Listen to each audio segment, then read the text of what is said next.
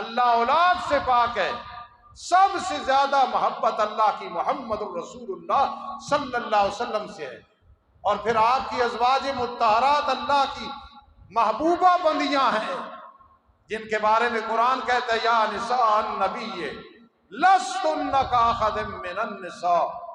اللہ اکبر، اے میرے پیغمبر کی بیویوں، تمہارے ساتھ دنیا کی کوئی عورت مقابلہ نہیں کرتی۔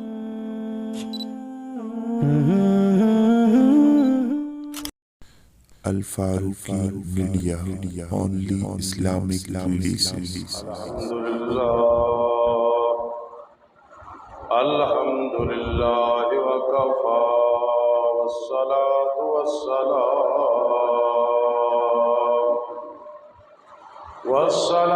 والسلام على من لا نبی بعدہ وعلى آلہ وأصحابہ وأزواجہ وآل بیتہ وأحبائہ۔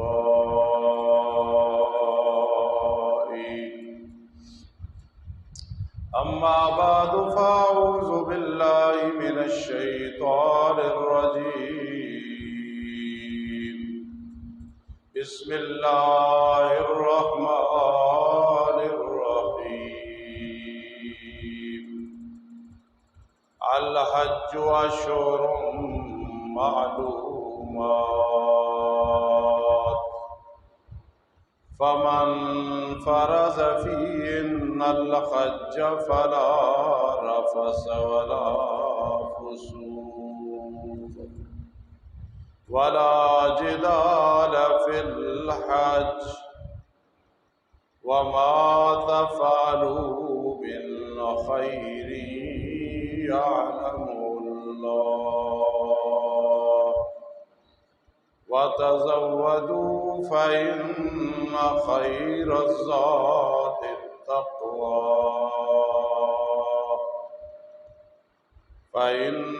خير الزاد التقوى، واتقون يا أولي الألباب۔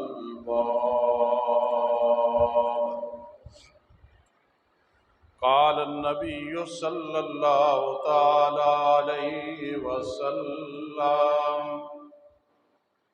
حجة مبرورة خير من الدنيا وما فيها، وحجة مبرورة ليس لها الجزاء إلا الجنة،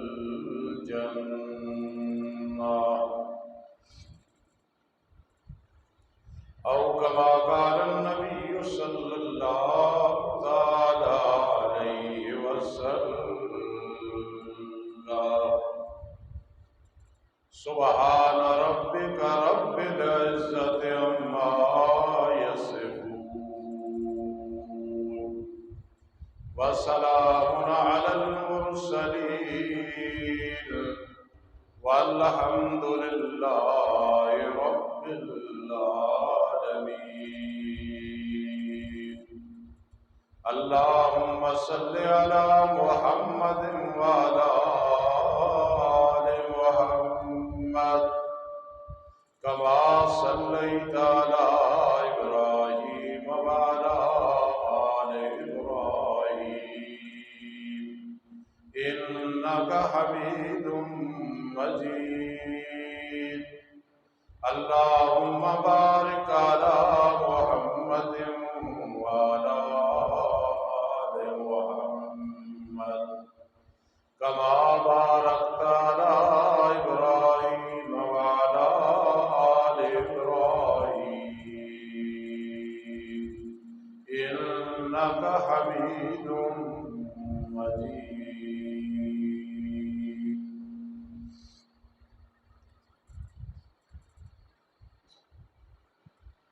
محترم سامعین کرام اور میرے عزیز طلبہ کرام،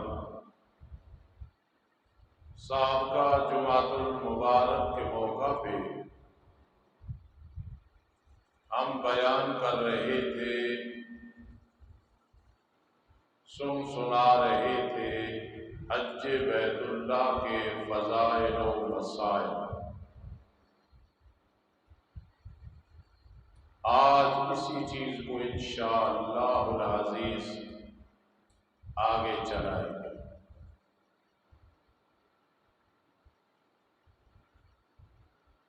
قرآن مقدس میں رب کائنات نے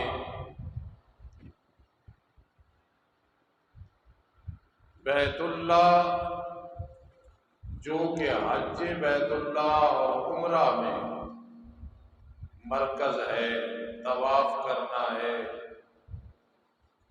دیکھ کے دعائیں کرنی ہیں، مسجد الحرام میں نمازیں پڑھنی ہیں، ایک نماز لاکھ نمازوں کا ثواب۔ شاہ ولی اللہ رحمہ اللہ تعالی فرماتے ہیں کہ اللہ کے جو شعائر ہیں، اللہ کی علامتیں ہیں، ویسے تو پوری دنیا اللہ کی علامت ہے،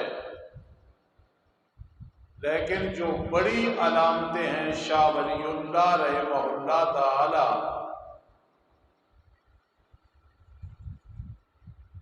فرماتے ہیں کہ وہ 4 چیزیں ہیں۔ ان میں سے پہلی چیز ہے بیت اللہ، یہ شعائر اللہ سے ہے۔ تو آدمی اگر حج بیت اللہ میں اور عمرے میں اسی بات کو سمجھ لے تو ساری بات سمجھ آ جاتی ہے کہ میں جہاں جا رہا ہوں وہاں انشاءاللہ اللہ کے گھر کی زیارت اور طواف نصیب ہو۔ بیت اللہ اللہ کی علامتوں میں سے ایک علامت ہے۔ آپ دیکھیں، پہاڑ ہیں، درخت ہیں، سمندر ہیں، دریا ہیں، نہریں ہیں، ندی ہے، نالا ہے، انسان ہے، جن ہے، پوری مخلوق ہے۔ ہر ایک میں اللہ کی قدرت کی نشانیاں ہیں، اور سب پہ اللہ کا قانون چلتا ہے۔ لیکن سب سے پہلے شعائر اللہ جو بنایا ہے تو وہ بیت اللہ ہے۔ ان اول بیت وضع للناس للذی ببکۃ مبارک، پہلا گھر جو بنایا گیا ہے مکہ کے اندر وہ بیت اللہ ہے۔ اس پہ تاریخ کے حوالے سے، تحقیق کے حوالے سے، تدقیق کے حوالے سے، نکات کے حوالے سے بڑی باتیں ہیں، ان کو بیان نہیں کریں گے۔ پہلا گھر جو بنایا گیا ہے مکۃ المکرمہ کے اندر وہ ایک ہی ہے، بیت اللہ، اللہ کا گھر۔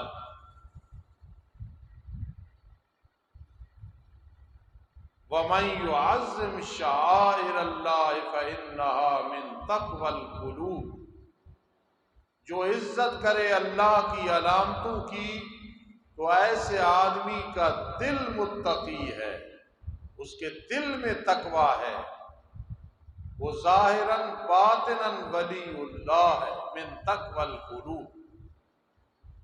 تو اب دیکھو یہ مسئلہ حل ہوگا تو مکۃ المکرمہ میں جانے کے بعد حل ہوگا۔ بیت اللہ کو دیکھیں گے، طواف کریں گے، زیارت کریں گے، کچھ نہ ہو سکے گا تو دیکھ دیکھ کے اللہ کی 20 رحمتیں حاصل کر رہے ہوں گے۔ فَإِنَّهَا مِن تَقْوَى الْقُلُوبِ، پھر فرمایا اس کے بعد شعائر اللہ میں سے قرآن مقدس ہے۔ جس ذات بابرکات پہ نازل ہوا، پھر وہ شعائر اللہ ہے۔ سوچا جائے تو میرے آقا کا نمبر شعائر اللہ میں سب سے پہلے ہے۔ اس کی وجہ سے یہ ہے کہ جسم کے اعتبار سے سب سے پہلے آدم علیہ السلام کو پیدا کیا، اور روح کے اعتبار سے سب سے پہلے محمد رسول اللہ صلی اللہ علیہ وسلم کو پیدا فرمایا۔ آدم علیہ السلام کی دنیا میں کنیت ہے ابو البشر، اور قیامت کے دن آپ بھی خوش ہوں گے، آپ کی کنیت آدم علیہ السلام کی ہوگی ابو محمد صلی اللہ تعالی علیہ وسلم۔ اس دنیا میں کنیت ہمیشہ بڑے بیٹے کی طرف ہوتی ہے یا بیٹی کی طرف ہوتی ہے۔ میری کنیت ہے ابو العطا، کسی کی کنیت ہے ابو عبداللہ۔ امام بخاری رحمہ اللہ کی کنیت ابو عبداللہ محمد بن اسماعیل بخاری۔ ہر آدمی کی کنیت تو بڑے کی طرف ہے۔ دنیا میں آدم علیہ السلام کی طرف ہے ابو البشر، ان کی کنیت بشر کی طرف ہے۔ لیکن قیامت کے دن جب حساب و کتاب ہار جیت کا دن ہوگا، ذالک یوم التغابن، پھر کیا ہوگا؟ ابو محمد صلی اللہ تعالی علیہ وسلم۔ تو شعائر اللہ میں میرے آقا کا مقام سب سے پہلے ہے، صرف تو کہ دنیا میں بیت اللہ پہلے بنا۔ اللہ نے انسان کی پیدائش سے پہلے قرآن مجید الفاظ معانی اپنے علم میں بل ہوا قرآن مجید فی لوح محفوظ کا فیصلہ کر دیا۔ اس لیے گویا یہ ساری چیزیں موجود ہیں۔ بیت اللہ کا سب سے بڑا امام قرآن جس پہ نازل ہونا ہے وہ آخر میں آئے ہیں۔ اس لیے شعائر اللہ میں ترتیب یہ ہے بیت اللہ، کلام اللہ، پھر نبی اکرم صلی اللہ علیہ وسلم کا ذکر کیا، ورنہ سب سے پہلے آپ کا ذکر ہونا چاہیے۔ لیکن شاہ ولی اللہ رحمہ اللہ کی ترتیب اور ذہانت، اللہ نے وہ مدرسہ ہی بنایا۔ آخر میں پیغمبر آئیں گے محمد رسول اللہ صلی اللہ علیہ وسلم، قرآن فرمایا اس کے پڑھنے پڑھانے والے آخر میں آئیں گے محمد رسول اللہ صلی اللہ علیہ وسلم۔ پھر شعائر اللہ، اللہ کی علامتیں میں یہ بے نمازیوں کو ضرور کہا کرو کہ نماز اللہ کی علامت ہے، پہچان کی۔ جو نماز پڑھتا ہے تو معلوم ہوا اللہ کی علامت اس کے پاس موجود ہے، اور خدا نخواستہ نہیں پڑھتا تو پھر یہ شعائر اللہ نہیں ہے اس میں۔ تو حج اور عمرے میں جو مسئلہ حل ہوگا وہ بیت اللہ کی زیارت اور طواف ہوگا۔ اور کبھی قرآن مقدس میں یوں بیان فرمایا وَأَذِّن، لوگوں میں اعلان کر دو ابراہیم علیہ السلام، اور جس جس نے حج کرنا ہے اس کے کان میں یہ میں آواز عالم ارواح میں پہنچا دوں گا کہ یا تو کا اونٹنیوں پہ، اونٹوں پہ اور پیدل چل کے وہ حج کرنے کے لیے آئیں گے۔ وہ خوش نصیب بھی ہیں جنہوں نے اس دنیا میں حج بیت اللہ پیدل چل کے کیا، وہ بھی ہیں جنہوں نے بہت اچھے درجے میں کیا، پیسے زیادہ خرچ کیے، وہ بھی ہیں جنہوں نے تنگیاں برداشت کر کے کیا۔ خوش نصیبی ہے کہ انسان کو حج بیت اللہ نصیب ہو جائے۔ پھر ابراہیم علیہ السلام نے بیٹھ جاؤ بیٹا، بیٹھ جاؤ یا چلے جاؤ۔ پھر ابراہیم علیہ السلام نے جب یہ اعلان کیا جس آدمی نے بھی حج بیت اللہ کرنا ہے قیامت کی صبح تک، جس مرد نے عورت نے، اس کے کان تک رب ذوالجلال نے یہ آواز پہنچا دی۔ ما تحت الاسباب، انسان دعائیں کرے، روئے، گر گرائے، بچتیں کریں، لیکن جو مقدر میں ہے حج بیت اللہ اور لکھا ہوا ہے تو انشاءاللہ کچھ نہ ہو پھر بھی نصیب ہو جائے گا، اور سب کچھ ہو مقدر میں نہ ہوا تو نصیب نہیں ہوگا۔ پہلے بھی کہا ہے اور آج بھی کہہ رہا ہوں، طاقت نہ ہو پھر بھی دنیا سے جانا بغیر حج کے اچھی بات نہیں ہے۔ خدا نخواستہ طاقت ہے اور پھر حج نصیب نہیں ہوا، سچی بات کہنی بڑی مشکل ہوتی ہے، بڑی بدقسمتی، بڑی بدبختی ہے۔ حج بیت اللہ ایک اللہ کی طرف سے بہت بڑا اللہ کی ملاقات کا ذریعہ ہے۔ نبی اکرم صلی اللہ تعالی علیہ وسلم نے ایک دعا دی ہے، آدمی اس دعا کو حاصل کرنے کے لیے اگر صرف حج کا ارادہ کر لے تو میرے خیال میں اس سے بڑی سمجھداری کوئی نہیں۔ ایک حدیث پاک پہ آتا ہے، میرے آقا نے فرمایا مبارک جس نے مجھے دیکھا اور ایمان لے آیا۔ یہ صحابہ کرام ہیں، دیکھا ایمان لے آیا، رضی اللہ تعالی عنہ، انہیں مبارک۔ سبحان اللہ سبحان اللہ سبحان اللہ۔ آج 4 بچوں کا باپ، 10 بچوں کا باپ، 6 بچوں کا باپ، اس سے انصاف نہیں ہوتا۔ کل قیامت کے دن جواب دینا ہو۔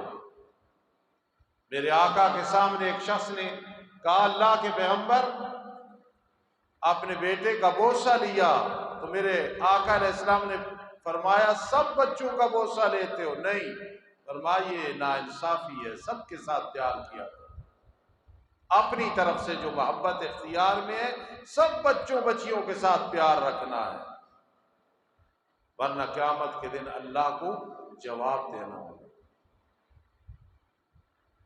تو میرے آقا علیہ السلام نے فرمایا مبارک اس کو جس نے مجھے دیکھا اور ایمان لے آیا۔ اگر میرے آقا یہاں تک فرماتے تو ہمیں پریشانی ہوتی بہت زیادہ۔ کیا پریشانی؟ کہ نبی اکرم صلی اللہ علیہ وسلم نے ہمیں دعا نہیں دی ہے۔ سبحان اللہ، ہم پریشان ہوتے، لیکن میرے آقا نے اگلی جو بات فرمائی 7 دفعہ مبارک ان کو جنہوں نے مجھے نہیں دیکھا اور ایمان لیا۔ کتنی بڑی ہماری حوصلہ افزائی کر دی ہے، جنہوں نے مجھے نہیں دیکھا۔ والضحیٰ چہرہ، واللیل اذا سجا زلفے، لعمرک جوانی، وکیلہ آپ کا بیان، فلا اقسم بمواقع النجوم آپ کا دل مبارک، لا اقسم بہذا البلد آپ کا شہر مبارک۔ ہمارے لیے کیا حوصلہ افزائی فرما رہے ہیں؟ 7 دفعہ مبارک دینا ان کو جنہوں نے مجھے نہیں دیکھا اور ایمان لیا۔ الذین یؤمنون بالغیب۔ اس لیے نبی اکرم صلی اللہ علیہ وسلم کی دعائیں اور مبارکیں بہت بڑی سعادت ہے۔ میرے آقا نے حاجی کے لیے جو دعا کی ہے، چاہے وہ مرد ہے عورت، جس علاقے کا ہے، جس شہر کا ہے، یار آدمی اس دعا کو حاصل کرنے کے لیے بچت کرے اور حج بیت اللہ کرے۔ میرا ایک بہت ہی وفادار شاگرد ہے، لاڈلا شاگرد ہے، ہر کوئی کہتا ہے استادوں کا وفادار ہے۔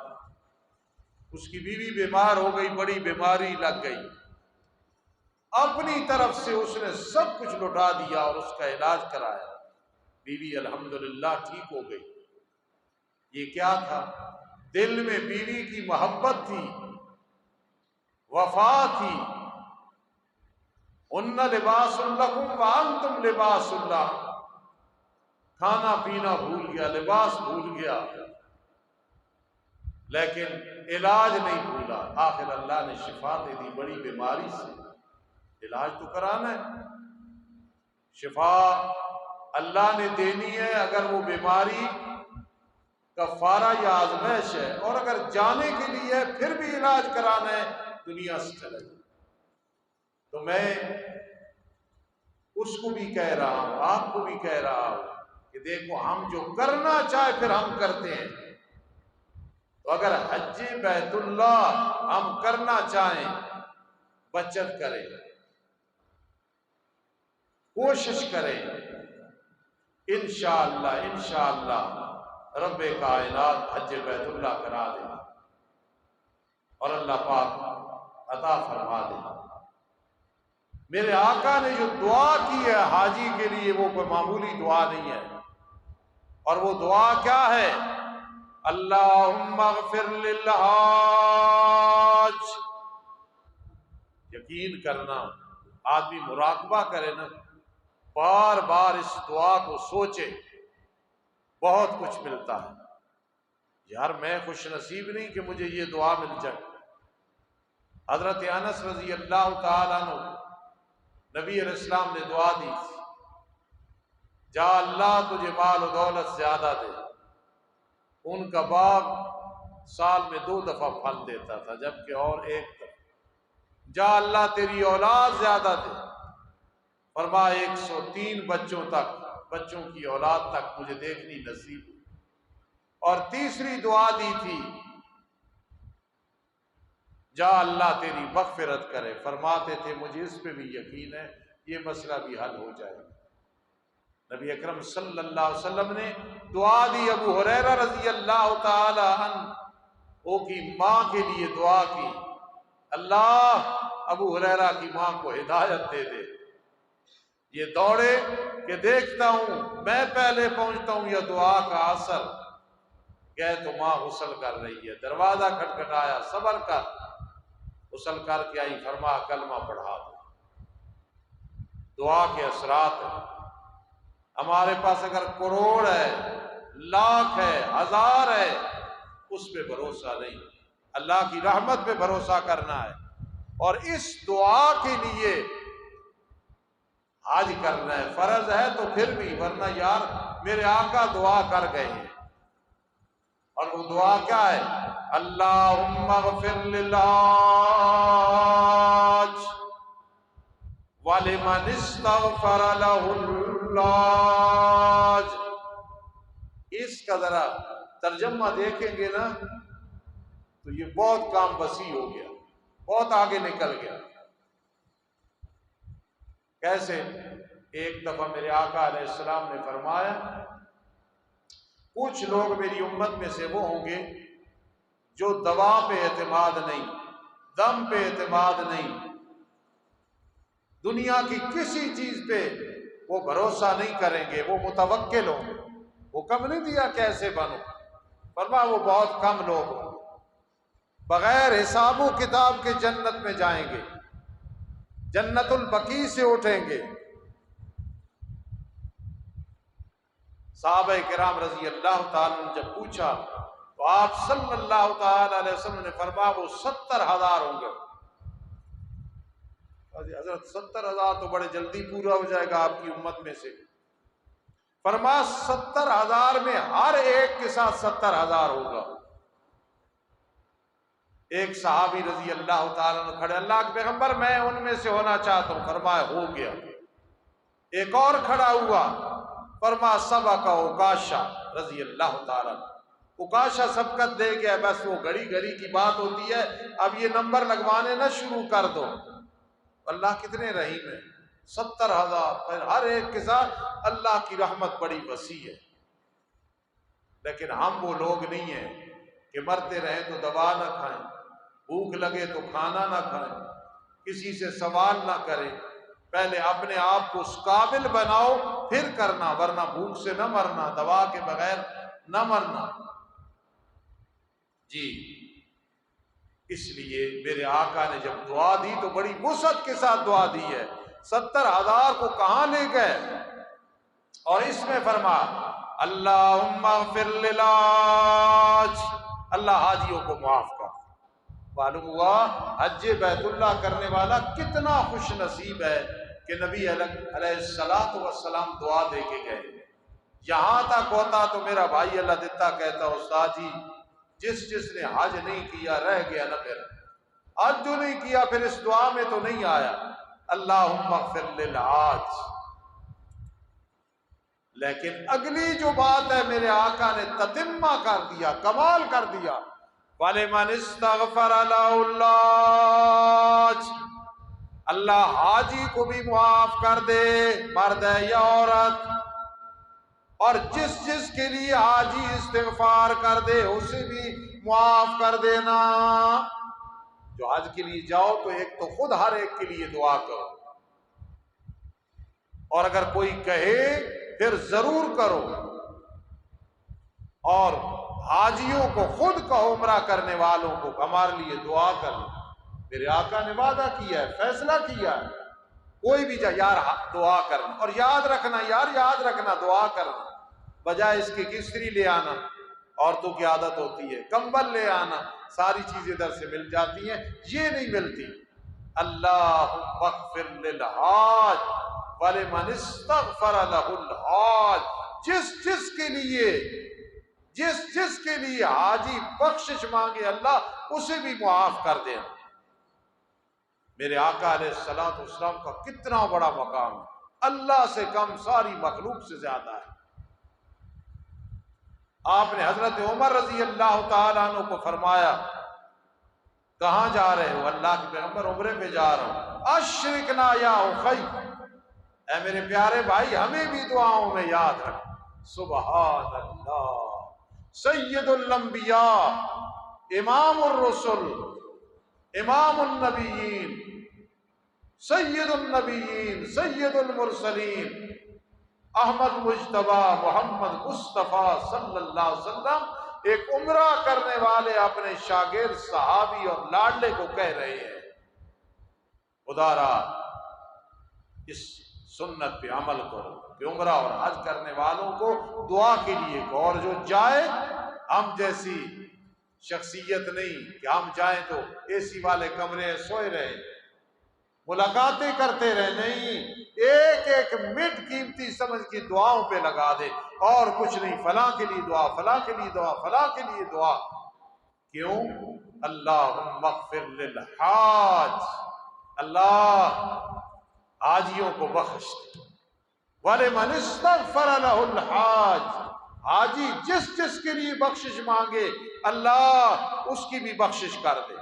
وَلِمَنِ اسْتَغْفَرَ میں جو بھی آئے، جس کے لیے بھی دعا ہے، نہ قوم کو دیکھنا ہے، نہ برادری کو دیکھنا ہے، نہ رنگ کو دیکھنا ہے، نہ اپنی برادری کو دیکھنا ہے، اور ہو سکے تو پھر دل کی تسلی کے لیے عمرے حج میں کہا یا اللہ جو یاد تھے ان کے لیے تو میں نے دعا کر دی ہے، یا اللہ جو یاد نہیں ہے، پھر کوئی بھی ہے جس کو زندگی میں میری آنکھ نے دیکھا ہے وہ مسلمان ہے، یا جس نے مجھے دیکھا ہے اور وہ مسلمان ہے، یا کہیں اس کا ذکر ہوا ہے آپ کی پیغمبر علیہ السلام کی امت میں سے ہے، آدم علیہ السلام، یا اللہ سب کو، تاکہ کسی سائر سے فرق نہ رہے، احاطہ ہو جائے، گھیراؤ ہو جائے۔ کیوں کتنی بڑی دعا ہے، اللہم اغفر للحاج ولمن استغفر لہ الحاج۔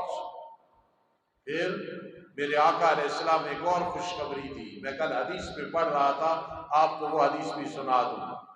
قال النبی صلی اللہ تعالی علیہ وسلم حجۃ مبرورہ خیر من الدنیا وما فیہا،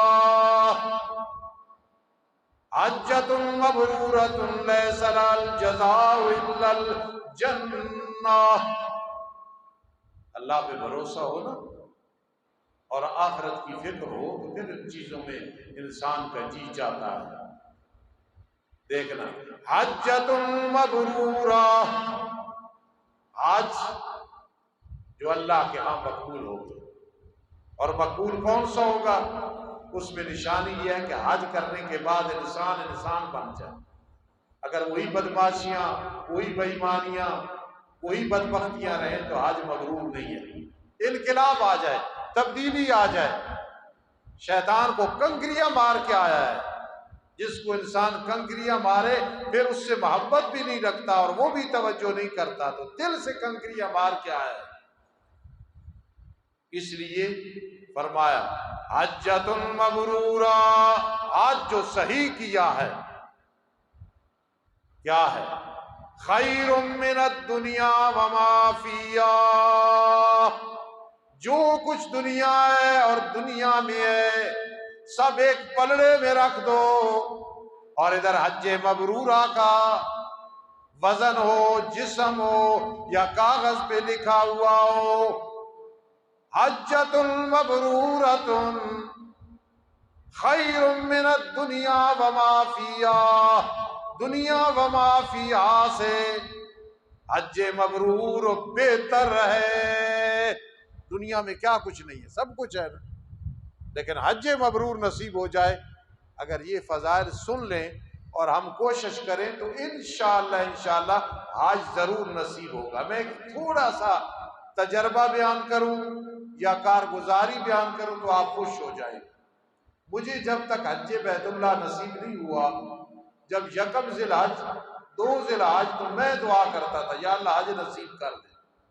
بعض اوقات خیال آتا تھا کہ ابھی تو پاسپورٹ بھی نہیں ہے، ابھی تو پیسے بھی نہیں ہیں، پھر میں اپنے دل کو تسلی دیتا تھا کہ اللہ قادر ہے، ہو سکتا ہے اچانک یہ سبب ہو جائے اور میں چلا جاؤں۔ فائدہ یہ ہوا کہ اللہ نے اپنی رحمت سے حج نصیب کر دیا۔ میں یہ سب کا ذہن اس لیے بنا رہا ہوں کہ آپ بھی ایسے کریں، نہیں ہے یا اللہ اس سال نصیب کر دے۔ کوئی کہے تو کیا کہہ رہا ہے، پیسے ہیں یار میرے پاس تو نہیں ہے، لیکن رب کائنات کے پاس تو ساری طاقتیں ہیں نا۔ اس لیے حج کے بغیر دنیا سے چلے جانا یہ کوئی اچھی بات نہیں۔ جنہوں نے کیا ہے مبارک، اس کو سنبھالو، اور جنہوں نے نہیں کیا میری دعا ہے آمین کہنا، اللہ سب کو نصیب فرمائے۔ حجۃ مبرورۃ خیر من الدنیا وما فیہا، دنیا وما فیہا سے حج مبرور بہتر ہے۔ پھر میرے آقا نے فرمایا وحجۃ مبرورۃ لیس لہا الجزاء الا الجنہ، حج مبرور نصیب ہو گیا، فرمایا جنت کی بغیر جزا کوئی نہیں، اور جنت بھی کون سی ملے گی؟ جنات الفردوس۔ جب اس کے چھت کی باری آئی فوقہ عرش الرحمن، اللہ نے اپنا عرش رکھا، ومنہ تتفجر انہار الجنہ، باقی جنت کی نہریں وہاں سے نکلتی ہے۔ یقین کرنا اگر ہمیں جنت کا تعارف ہو جائے نا، ہمارا دنیا میں جی نہ لگے۔ اور جس آدمی کی مرنے کے بعد قبر جنت کا باغ بن جاتی ہے نا، صحیح تعارف ہو جائے تو دنیا میں جی نہ لگے۔ اللہ والے ان کا مزاج اور طبیعت دنیا میں منقبض رہتی ہے، ان کا دل نہیں لگتا، اور وہ اس چیز پہ عمل کر رہے ہوتے ہیں یہ دنیا جگہ جی لگانے کی نہیں ہے، یہ دنیا جگہ جی لگانے کی نہیں ہے، عبرت کی جگہ ہے، تماشا نہیں ہے، یہ عبرت کی جگہ ہے۔ فاعتبروا یا اولي الابصار، جب یہ ذہن میں ہوگا پھر انشاءاللہ یہ الدنیا مزرعۃ الآخرہ، آخرت کی کھیتی بنے گی، آخرت کی تیاری بنے گی۔ تو فرمایا نبی اکرم صلی اللہ علیہ وسلم نے کہ حج مبرور کا جو ثواب ہے وہ جنت ہے۔ پھر حج میں ایک اور چیز ذہن میں رکھیں، بہت زبردست چیز ہے۔ قرآن مجید فرقان حمید میں رب کائنات نے بیان فرمایا اپنے قدرت کے کرشموں۔ کل میں اپنے بھتیجے، بیٹے، بسم اللہ کے بیٹے، ہمارا بھی روحانی بیٹا اللہ کے پاس پہنچ گیا، تکلیف میں تھا، یقیناً جنت کی چڑی تھی۔ تو وہاں میں ایک بات بیان کی تھی کہ اللہ کے قانون اصل قانون ہے، کیونکہ قانون کے لیے ضروری ہے جو قانون بنانے والا ہو اس کا علم محیط ہو، عالم الغیب والشہادہ ہو، وہ صرف اللہ ہے۔ دوسرا یہ ہے کہ اس کی رحمت کاملہ ہو، وہ اللہ کی رحمت ہے۔ تیسرا قدرت کاملہ ہو، وہ قادر ہو، وہ صرف اللہ ہے۔ ان اللہ علی کل شیء قدیر۔ باقی یا ایھا الناس انتم الفقراء الی اللہ، سارے اللہ کے محتاج ہیں، اللہ غنی ہے۔ اور چوتھے نمبر پہ غیر جانبداری، کہ وہ قانون بنانے والا کسی کی رعایت نہ کرے، موت کا قانون بنا تو کل نفس ذائقۃ الموت، حتیٰ کہ قیامت کے دن جو عرش کو اٹھائی ہوئی ہے 8 فرشتے ہوں گے، اب 4 ہیں اس وقت 8، ان پہ بھی ایک دفعہ موت آ جائے گی۔ حضرت اسرائیل علیہ السلام، حاجی محمد یعقوب صاحب رحمت اللہ تعالی علیہ ایک دفعہ مجھے کہنے لگے فلاں آدمی ایکسیڈنٹ میں فوت ہو گیا جی، تو فرمانے لگے بس اللہ نے اسرائیل علیہ السلام سے اعتراض ختم کیا ہے نا، یہ ظاہری سبب ہوتے ہیں، دنیا سے جانا ہے، صرف ان پہ اعتراض نہ ہو۔ کوئی بیمار ہو گیا، کسی کا ایکسیڈنٹ ہو گیا، کسی کا حادثہ ہو گیا، کوئی شہید ہو گیا، مجھے ان کی بات یہ بہت پسند آئی، اللہ ان کی قبر پہ کروڑہا رحمت نازل فرما، جانا نا دنیا سے، لیکن ظاہری سبب اسرائیل علیہ السلام ہے، آ کے روح قبض کرتے ہیں۔ وکلا بکم، روزانہ ہر انسان کو 5 دفعہ دیکھتے ہیں، دیکھ لیں اس مقام پہ تفسیر میں۔ لیکن قیامت کے دن جب اللہ پوچھیں گے اسرائیل اب کون کون رہ گیا ہے، حضرت اسرائیل علیہ السلام فرمائیں گے، عرض کریں گے اللہ 4 فرشتے 8 وہ بھی قبض، جبرائیل اسرافیل میکائیل ان کے روح بھی قبض، اب یا اللہ ایک تو ہے اور ایک میں ہوں، اللہ ان کا بھی روح قبض کر دے۔ یہ وہ وقت آئے گا جس کو قرآن منظر پیش کرتا ہے، فَصَائِقَ مَنْ فِي السَّمَاوَاتِ وَالْأَرْضِ، جو کچھ آسمان و زمین میں ہے سب بے ہوش ہو جائیں گے۔ اب قرآن روئے گا کہ مجھے پڑھنے والا کوئی نہیں، سارے چلے گئے، اللہ خود قرآن کی تلاوت کرے گا۔ كُلُّ مَنْ عَلَيْهَا فَانٍ وَيَبْقَى وَجْهُ رَبِّكَ ذُو الْجَلَالِ وَالْإِكْرَامِ، سب فنا ہو گئے، بے ہوش ہو گئے، باقی ہے تو اللہ کی ذات باقی ہے۔ اس دن میں ایک بہت بڑی تفسیر میں پڑھ رہا تھا کہ قیامت کے دن سب کچھ فنا ہو جائے گا، لیکن یہ جو اللہ کے گھر ہے نا، مساجد، چونکہ اللہ کے گھر ہے نا تو جو باقی رہتا ہے اس کا گھر بھی باقی رہتا ہے۔ ان سب مسجدوں کو اکٹھا کر دیا جائے گا، پوری دنیا کی مسجدیں، ان پہ فنا نہیں آئی، اور یہ پکی بات ہے، عام ہم باتیں کمزور باتیں نہیں کرتے، اللہ پاک مساجد کو اکٹھا کر دیں گے جتنی مساجد ہے، اور پھر خود اس وقت کیا پڑھیں گے، کل من علیہا فان، جو کچھ ہے سب فنا ہو گیا، وَيَبْقَى وَجْهُ رَبِّكَ ذُو الْجَلَالِ وَالْإِكْرَامِ، ایک اللہ کی ذات باقی ہے۔ پھر اللہ پاک سب کو زندہ کرے گا، پھر حساب و کتاب ہوگا۔ تو آپ، میں اسی حج کے متعلق ایک آیت سمجھا کے پھر اجازت چاہتا ہوں، وہ کیا ہے؟ رب نے فرما وَالسَّمَاءَ بَنَيْنَاهَا بِأَيْدٍ وَإِنَّا لَمُوسِعُونَ، آسمان کو ہم نے بنایا اور ہم بڑی طاقت والے ہیں، واہ واہ قدرت والے ہیں۔ آگے وَالْأَرْضَ فَرَشْنَاهَا فَنِعْمَ الْمَاهِدُونَ، زمین کو ہم نے بچھایا، واہ واہ ہیں، اچھے ہم بچھانے والے۔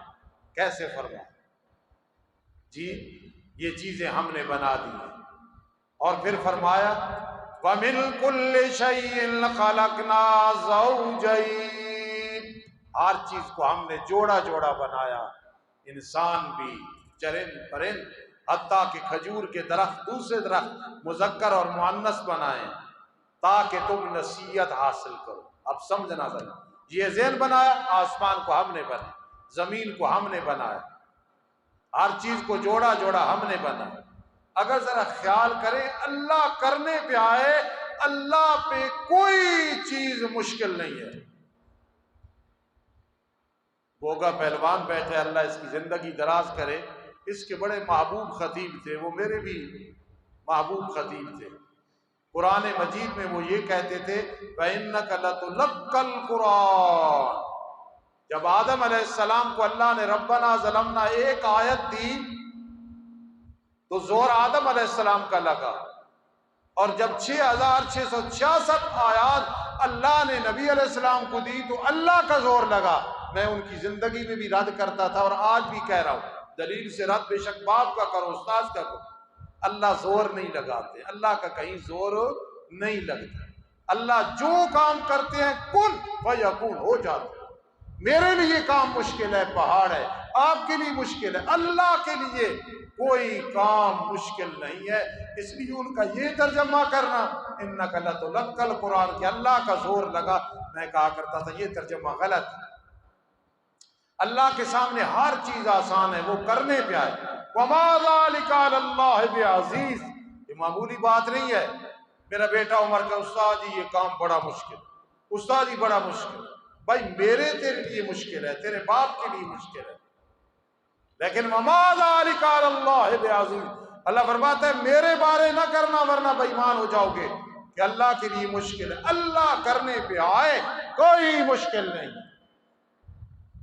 تجھے پوری دنیا کا بادشاہ بنا دے اس سے کون پوچھنے والا ہے، اور تو چودھری اور مال و دولت والا ہو تجھے گدا گر بنا دے کون ہے پوچھنے والا۔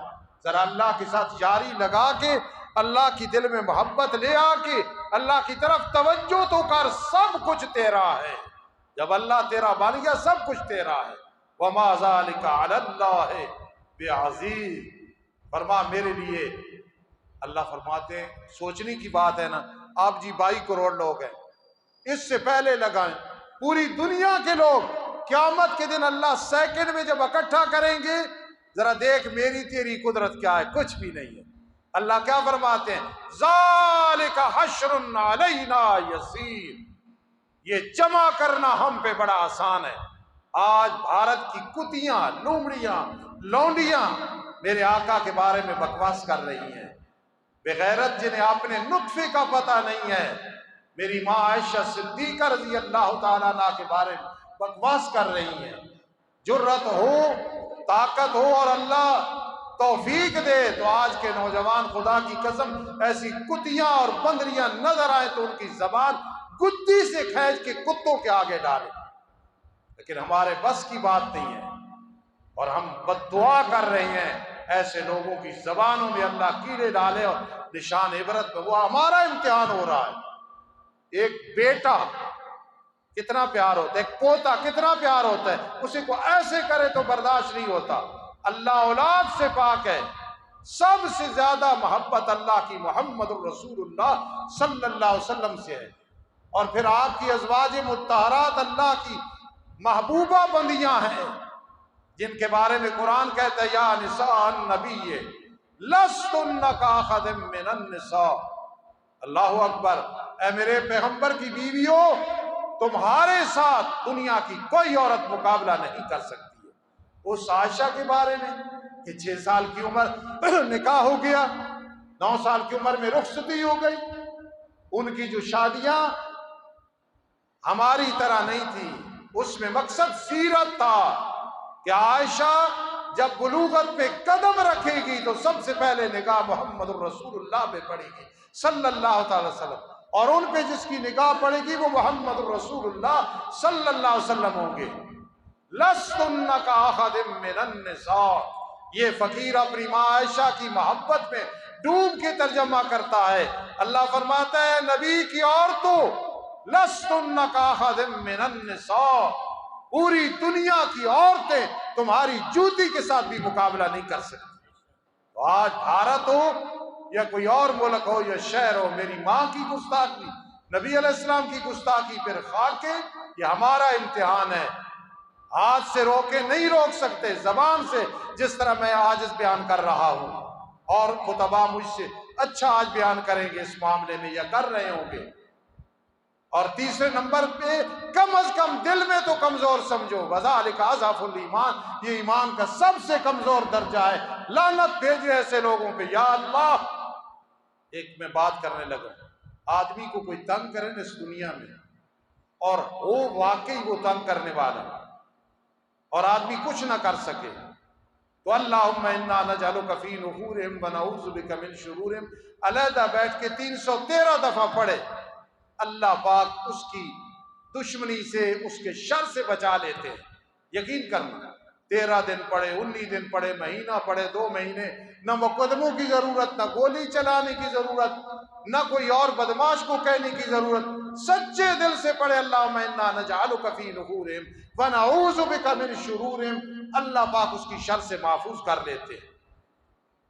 اگر ہم ایک دوسرے کو یہ بتا سکتے ہیں، ایسے لوگوں کے لیے کم از کم وظیفہ کرو، یا اللہ دیکھنا چاہتے ہیں ان کو تباہ و برباد فرما دے، اللہ پاک ایک سیکنڈ میں ان کو تباہ کر سکتے ہیں، ہلاک کر سکتے ہیں۔ اور جو انہیں دل کی بیماری لگی ہے، اندر بتی جلا دی ہے عدم اطمینان والی اور عدم سکون والی، وہ بہت بڑی سزا ہے۔ بہرحال ایسی کتیاں وہ جنم لیتی رہیں گی، بکواس کرتی رہیں گی، مسلمانوں کے امتحان ہوتے رہیں گے۔ سب کہو ایسی عورتوں پہ، ایسی ذریت پہ اللہ کی کروڑوں نہیں اربوں خربوں لانتے ہو، سب کہو لعنت، اونچی آواز سے کہو لعنت۔ اللہ ایسے لوگوں کو تباہ و برباد فرمائے جو میری ماں اور ماں کی اور بہنیں اور نبی علیہ السلام کی گستاخی کرتے ہیں۔ ہم آج بھی کہہ رہے ہیں، زندگی میں کہتے رہیں گے، یا اللہ اتنی طاقت دے دے کہ یہ کتیاں باندریاں ہمارے سامنے ہو، ان کی زبان کتی سے کھینچ کے اگر کتوں کے آگے نہ ڈالے تو ہمیں بھی پھر نبی علیہ السلام کا غلام نہ کہنا۔ اس بات سے بھی اللہ ہماری بخشش فرمائیں گے۔ تو میں سمجھا رہا تھا، فرما والسماء بنیناها والارض فرشناها ومن كل شيء خلقنا، بیان کر دیا پہلے۔ آگے اللہ فرماتے ہیں ففروا الى اللہ، بھاگو اللہ کی طرف۔ آج یہ اشرف صاحب نے مجھے کہا، استاد جی شاید بیٹے کو بھاگ کے گھر جائے فلاں چیز لے آئے، تو بھائی ٹھیک ہے، شاید یہاں ہے ادھر نہیں ہے۔ میں نے کہا ترمان بھاگ کے جا فلاں کام کر، ترمان ادھر ہے ادھر نہیں، ادھر گیا ادھر نہیں، مجھے ادھر نظر آ رہا ہے ادھر نہیں۔ اب اس وقت وہ اٹک میں اپنے دادا جی رحم اللہ کی مسجد میں جمعہ پڑھا رہا ہے، ماشاءاللہ مجھے نظر نہیں آ رہا۔ اللہ کے سامنے ہر چیز ہے۔ اللہ فرماتے ہیں ففروا الی اللہ، اللہ کی طرف بھاگو۔ سوال یہ ہوتا ہے کیسے بھاگے؟ بھاگے تو تب کہ ہم دور ہوں۔ ادھر وہ فرماتا ہے نحن اقرب الیہ من حبل الورید، میں تمہاری رگ حیات سے بھی زیادہ قریب ہوں۔ پھر فرماتا ہے ففروا الی اللہ، بھاگو بھاگو بھاگو۔ بعضوں نے کہا نہیں، مطلب یہ ہے شرک کر رہے ہو تو توحید کی طرف آ جاؤ، بدعت کر رہے ہو نا، بتیو تیجا چوتھا 10واں 40واں برسیاں جی، اور سنت کے خلاف کام، جنازے کے بعد دعا اور قبر پہ اذان اور ہر معاملے میں بدعت کر رہے ہو، فرما بدعت کو چھوڑ کے آؤ سنت کی طرف۔ بعض نے کہا ففروا کا مطلب ہے ناشکریہ کرنے والوں، ہمیں کیا دیا ہے اس نے؟ جو ایمان دیا ہے، جو جسم دیا ہے، اولاد دی ہے، ناشکری کو چھوڑ کے آؤ شکر کی طرف۔ بعضوں نے کہا ففروا کا میں نے آج جاہلو، کلمہ نہیں آتا، پوری دنیا کی تمہیں تحقیق ہے، ایم اے کر لیا ہے، دعا قنوت کا ترجمہ نہیں آتا، کلمے کی ترکیب نہیں آتی ہے، قرآن مجید کا پتہ نہیں ہے، انگلش فرافر پڑھ لے۔ میرے ایک دوست نے مجھے 2 سال کے بعد پتہ چلا کہ وہ فوت ہو گئے، بہت تکلیف ہوئی، بس پتہ نہیں چلا۔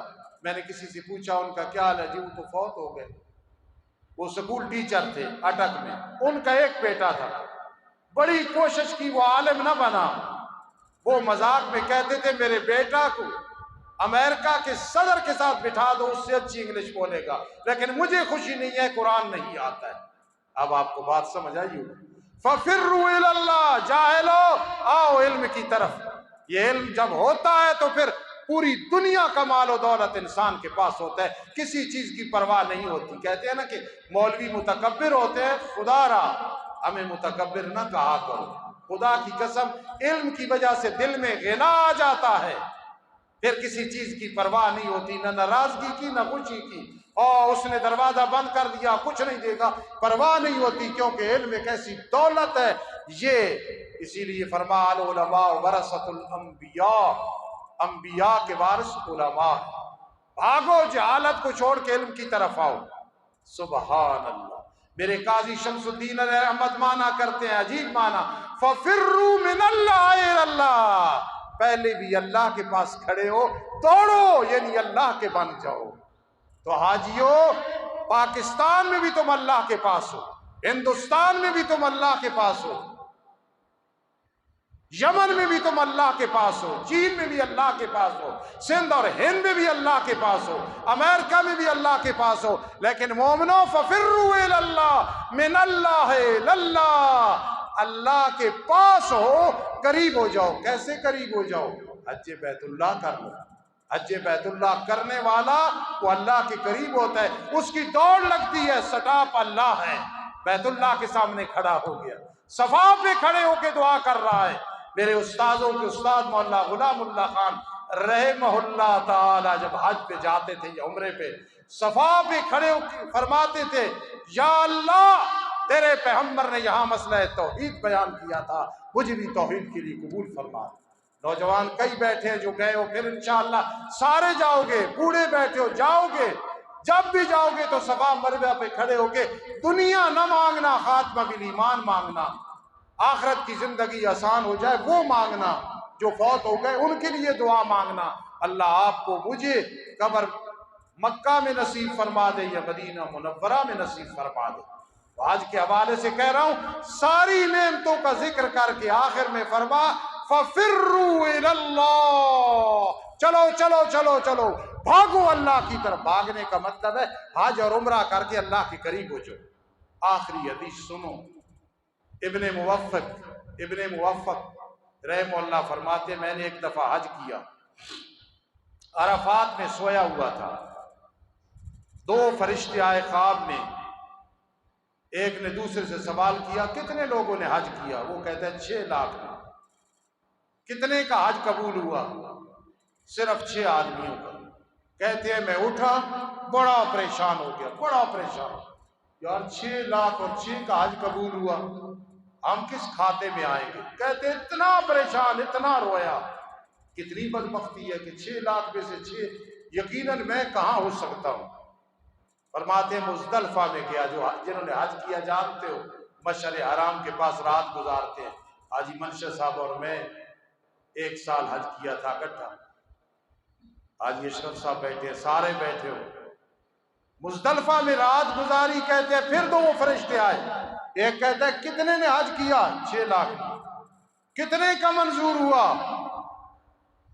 سب کا۔ اس نے کہا کل تو کہہ رہا تھا یار، اس فرشتے کو کہا سمجھانے کے لیے کہ صرف 6 کا۔ فرما اللہ کی رحمت جوش میں آئی تو 6 کی وجہ سے 6 لاکھ کا قبول ہو گیا۔ ہم جیسے گناہگار گناہوں کی گٹھڑیاں سر اور کندھے پہ رکھ کے جب عرفات میں جاتے ہیں، مزدلفہ میں جاتے ہیں، چاہے ہم گناہگار نکمے نالک کسی کام کے نہیں ہیں، وہاں اولیاء اللہ بھی ہوتے ہیں، کتب ابدال بھی ہوتے ہیں۔